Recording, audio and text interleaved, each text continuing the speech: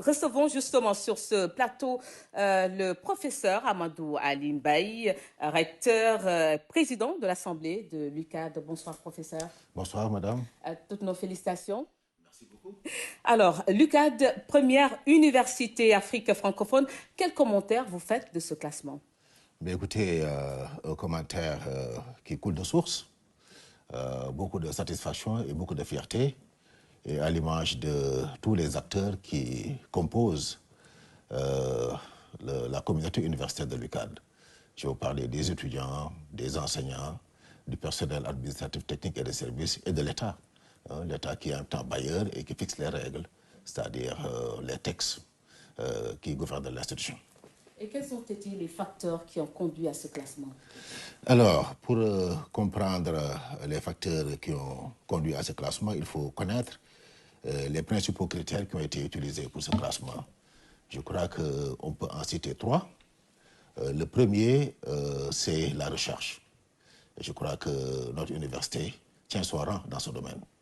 Je crois que depuis qu'on a été institué en 1957, on a investi pratiquement tous les champs de la connaissance. On a une faculté de médecine qui est très réputée. Vous savez que l'existence d'une faculté de médecine dans une université compte pour beaucoup dans les classements. On a une faculté de génie et une deuxième qui vient de naître, l'IST, qui vient d'être érigée en faculté de génie. Il y a une faculté de droit, une faculté de gestion, une faculté de lettres et d'humanité. Vous voyez, il y a toutes ces facultés-là qui jouent des rôles extrêmement importants et les collègues font des publications de très bonne qualité et dans les supports appropriés.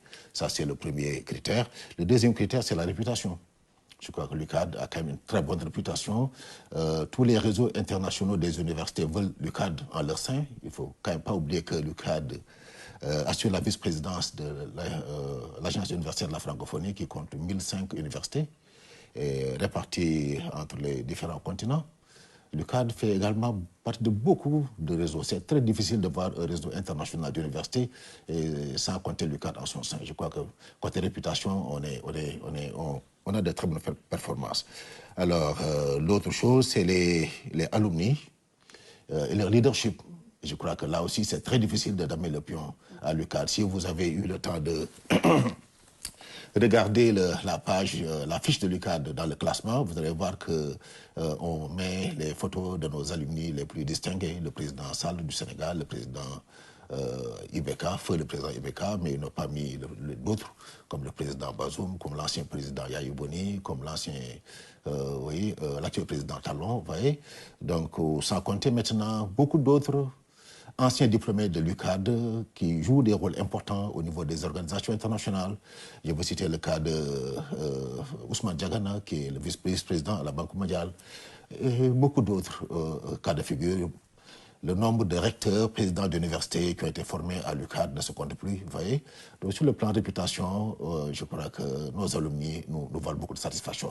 Donc, si vous mettez tous ces facteurs-là en commun, oui, c'est les critères qui ont été mis en avant et c'est des critères pour lesquels nos performances ne sont pas négligeables. Et pourtant, professeur, vu de Dakar, voire du Sénégal, l'université assimilée donc aux grèves récurrentes et aux mouvements d'humeur quasi permanents des étudiants. Quels sont justement les points de performance sur lesquels l'UCAD s'appuie pour jouer dans ce registre des grands? Oui, ce que vous dites là ne m'étonne pas. Il y a un proverbe qui dit que nul n'est prophète chez soi.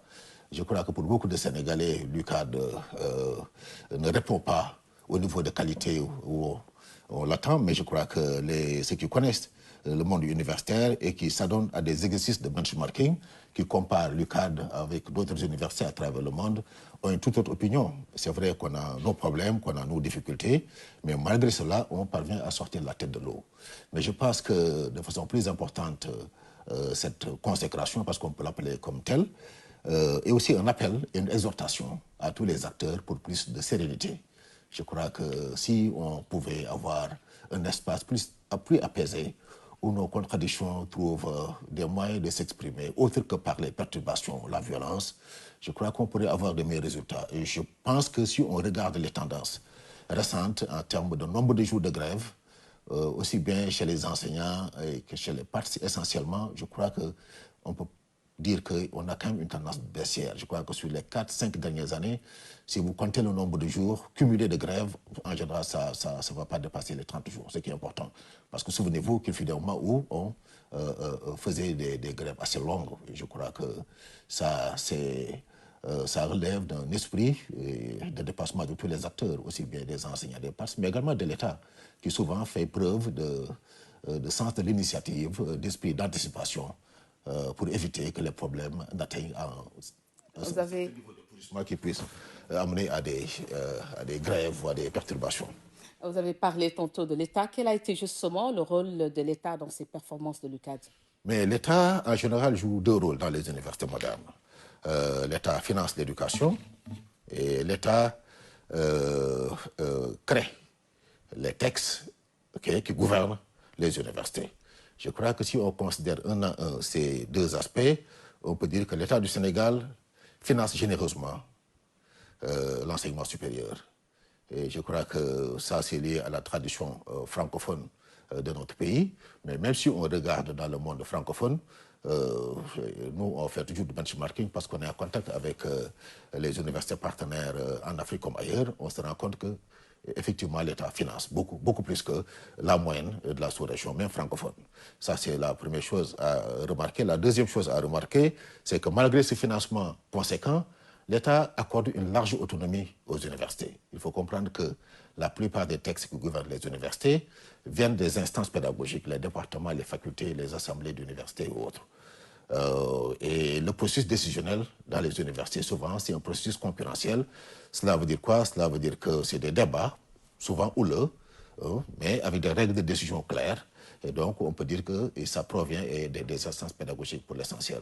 Donc, oui, je crois que l'État accorde un financement généreux et l'État laisse les universités fonctionner avec une autonomie qui est assez propice à la création et à la recherche, parce que quand même la recherche a besoin de neutralité. Et voilà, je crois que ça compte pour beaucoup aussi dans les performances que nous avons.